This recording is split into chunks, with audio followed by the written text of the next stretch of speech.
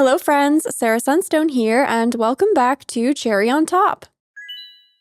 In today's episode, I'll be counting down my top 10 announcements from the latest Nintendo Direct presentation, plus some honorable mentions, so be sure to stick around until the end. And now, without any further ado, let's get right into it. Coming in at number 10 is Dinkum, a game that is very near and dear to my heart. This one is inspired by the Australian outback. It's a life sim meets survival game, so it's got some action, it's got some relaxing, cozy vibes, it's got a little bit of everything. You'll arrive on this deserted island to start a new life, and over time you'll turn it into a bustling town if you so choose. And honestly, this game basically has like all the activities that you would want in this kind of a game. You've got lots of crafting, you've got farming, you've got fishing and bug catching. You can decorate both inside and out. You can create new buildings, community structures, there's cooking. There are also some pretty cool mines. There's also ranching, so if you like raising animals, you totally can do that here too. And one of my favorite things about this game actually is that it has a metal detector tool, so you can go treasure hunting, and I feel like every game should have this. Over time, you can also move in new residents who each offer different services. There's special events, there's seasons, and the survival elements really come into play mostly with the wildlife, so this is both in the mines as well as up on land. And although it's super fun to play on your own, I personally think it's even more fun to enjoy with friends. And now Dinkum is finally coming to the Nintendo Switch on November 5th, with a demo available now if you wanted to give that a try.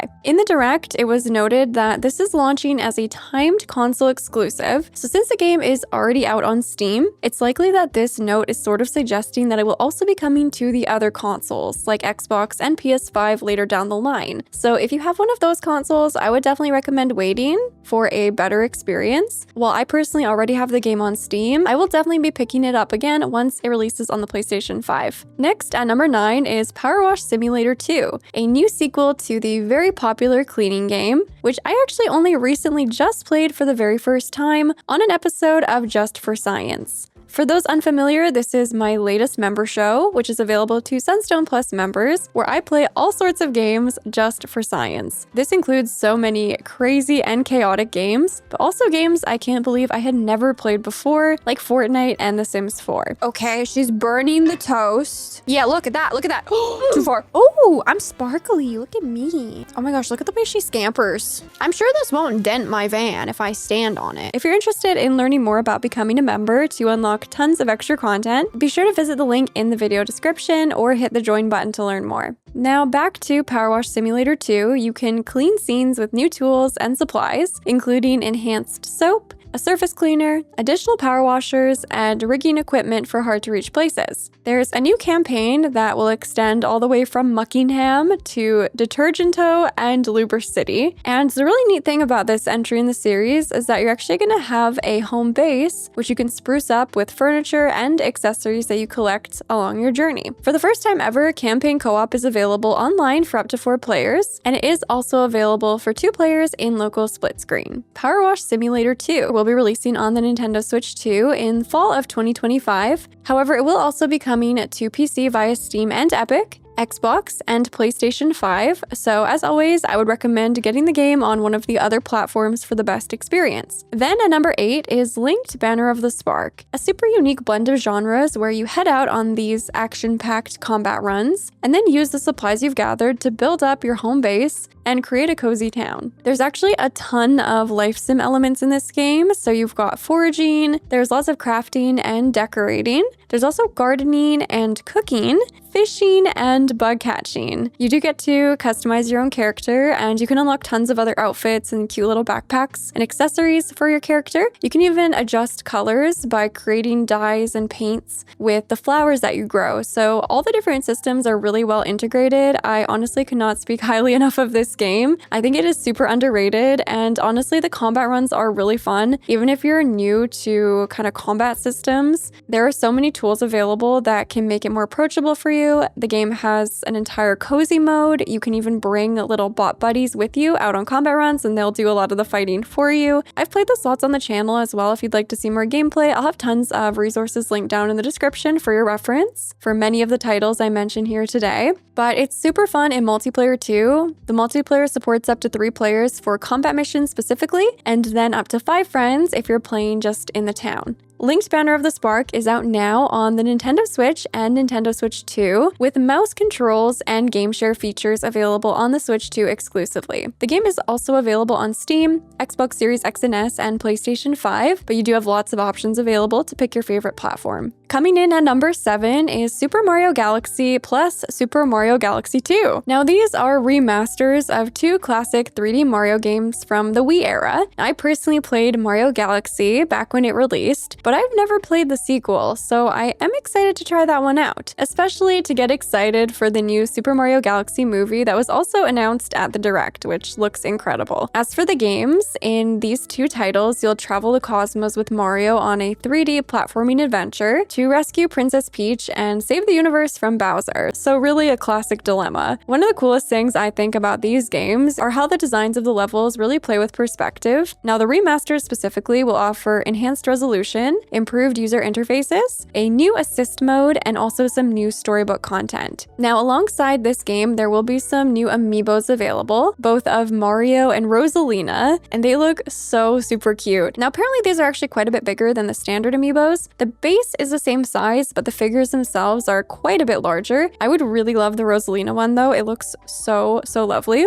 They're also putting out a physical storybook based on the one in the games, which is a pretty cool item for collectors. Super Mario Galaxy plus Super Mario Galaxy 2 will be releasing on the Nintendo Switch. They will also be playable on the Switch 2, as are basically all Switch games since the Switch 2 is backwards compatible. The games will be available packaged together as a physical edition on October 2nd, but you can also get the games individually as digital editions if you maybe just wanted one of the two games. But of course, hopefully by now you guys know that I highly recommend getting physical games with the full game on the card or the disc whenever possible so you can actually own your games. Next, at number 6 is Metroid Prime 4 Beyond. Now, this is the very long-awaited new entry in the Metroid series where you play as Samus, one of the greatest bounty hunters in the galaxy. Now, in this title, she suddenly finds herself transported to an unknown planet and in an ancient jungle, and she must explore to find a way home. You'll scan different stone statues and ruins for clues on how to move forward, and you'll also battle alien creatures who inhabit the planet. Even further, you can use some mysterious psychic abilities that Samus acquires while exploring the planet, which will help you clear a path forward. Now, I've never played a Metroid game before, and I've honestly never really been very interested in the series, but each time I see a new trailer or more gameplay for Metroid Prime 4 Beyond, I am more and more intrigued and more interested in playing. This new trailer showed off a motorbike that Samus can use to traverse the planet, which looks pretty cool, along with some more combat encounters and some of those previously mentioned abilities. Metroid Prime 4 Beyond is releasing on the Nintendo Switch on December 4th, and there will also be a special Nintendo Switch 2 edition available, which offers mouse controls, support for up to 4K resolution in TV mode, and support for up to 120 FPS, which is honestly pretty impressive. And for those of you who really love Metroid, they also announced 3 new amiibos, 2 of which will be releasing on November 6th, and the other releasing alongside the game on December 4th.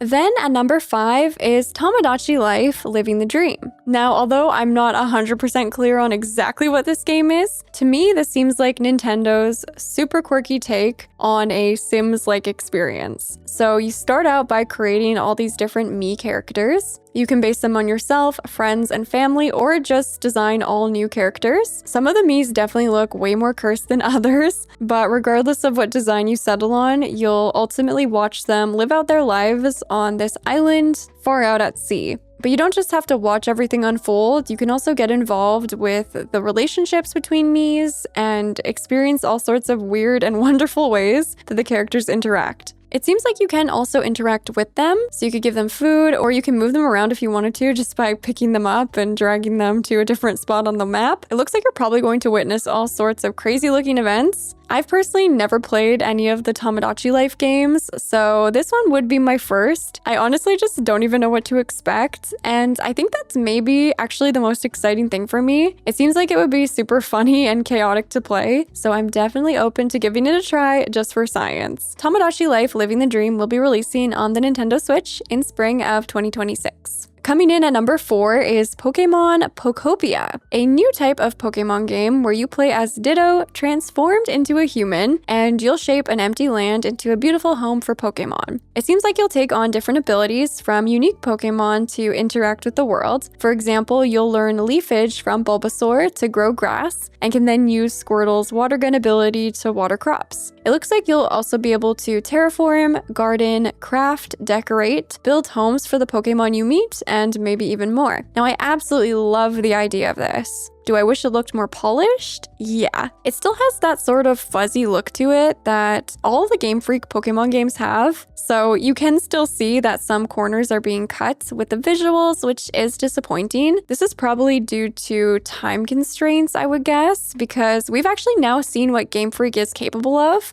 They do have the talent. We saw this with the reveal of their upcoming game called Beast of Reincarnation, so I really wish they would be given enough time to polish this game even more. I mean, I wish they would have that for every Pokemon game, but especially this one because I love the concept. Imagine if this game was in the visual style of the Link's Awakening remake or The Legend of Zelda Echoes of Wisdom. That would just be perfect. So I do have mixed feelings about this one, but again, I love the idea. And the more I've been thinking about this, the more I think it would actually be really nice for this game to do really well, so that they see there is a demand for more Pokemon life simulation type games, and then maybe we could get more, and then maybe they could be given more time to give the game more polish, or maybe it will become more polished by the time it releases. Or maybe this is all just wishful thinking. Anyway, Pokemon Pokopia is releasing on the Nintendo Switch 2 in 2026. Next at number 3 is Popucom, a multiplayer-only platforming adventure where you'll team up to save a mysterious planet where color is key. In this game, you'll attack enemies with the same color to defeat them, but each player can only fire 2 colors, so you'll need to swap between them and work together. You'll also use these same methods to overcome obstacles. You can also create shields to block lasers and control drones to create platforms. I really like how this has a sort of match 3 kind of vibe, but adds some complexity to it, especially with the boss battles, and then also encourages teamwork. There is also a party mode where up to 4 friends can take on a variety of fun challenges together, and overall this honestly just looks like a lot of fun. It will be releasing on the Nintendo Switch this holiday with no set release date just yet, and it is actually out right now on Steam if you'd like to give it a try. And it does actually have a store page on PlayStation 5, which hopefully will release around the same time as the Switch version, since they didn't mention anything about it being a timed exclusive. Then at number 2 is Yoshi and the Mysterious Book, a brand new Yoshi adventure game, which takes place within a mysterious book where we'll discover a world of unusual creatures. As Yoshi travels through his new storybook adventure, he'll encounter all sorts of things. He'll come across sentient dandelions, frogs that spew out bubbles to ride in, and plenty more. Yoshi will also meet new friends within the talking book, including some smiling flowers that can be carried on his back and used to bring life to a new world. I really love the art style for this one. I think it looks so charming, and I am really excited to see Yoshi get another dedicated game. Although it does look like this game will have some platforming elements, it honestly seems like a little bit more of a discovery type of game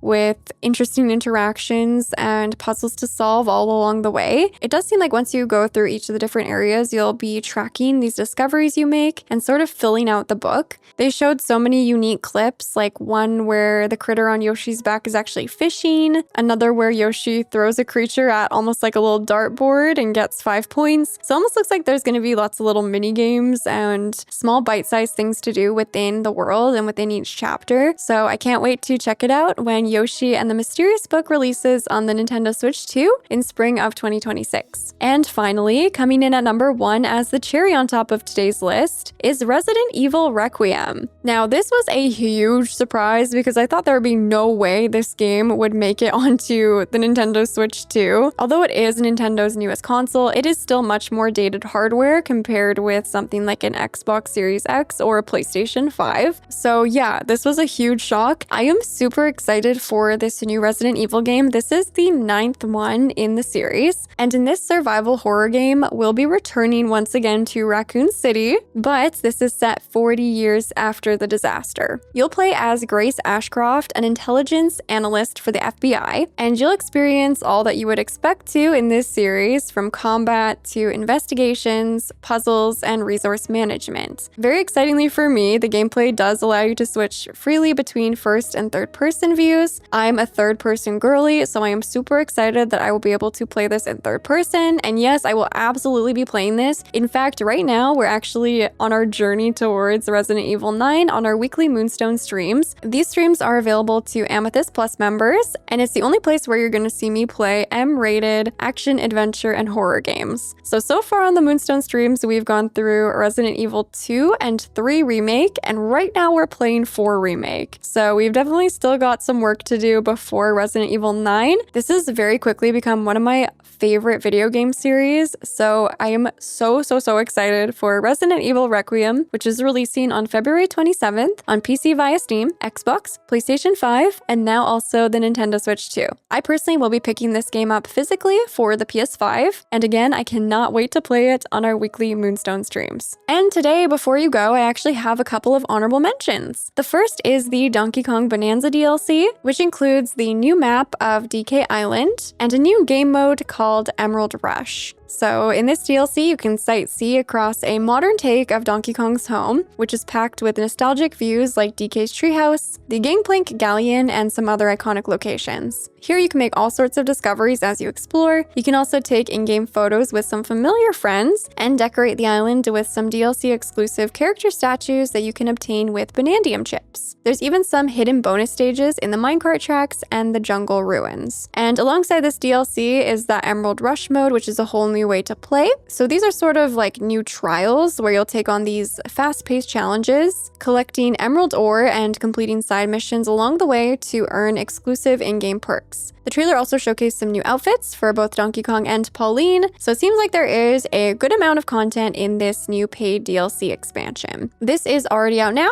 and it's available as a Nintendo Switch 2 exclusive. And my other honorable mention is Mario Tennis Fever. As you would expect, this is the next Mario Tennis game. Now, it doesn't really seem like it's actually been that long since the last tennis game, but this one does look really good. It has what you would expect from a tennis game, but then it also has these fever rackets, which unleash all sorts of unique, powerful shots. So for example, you could freeze the court with the ice racket or summon mushrooms that'll shrink your opponents with the mini mushroom rackets. There will also be some unique wonder effects in the mix. So if you're familiar with Super Mario Bros. Wonder, you might be familiar with the Wonder Flower, which basically just makes everything really crazy and unexpected in the game. Now, personally, I'm not really big on sports games, but what I'm actually really interested in with this one is the story mode. This game will have a story mode where Mario and friends are actually transformed into their baby versions, and so you'll help them relearn their tennis skills and defeat monsters to return to normal in the adventure mode. And it looks super cute, so I would actually honestly like to play that part of the game.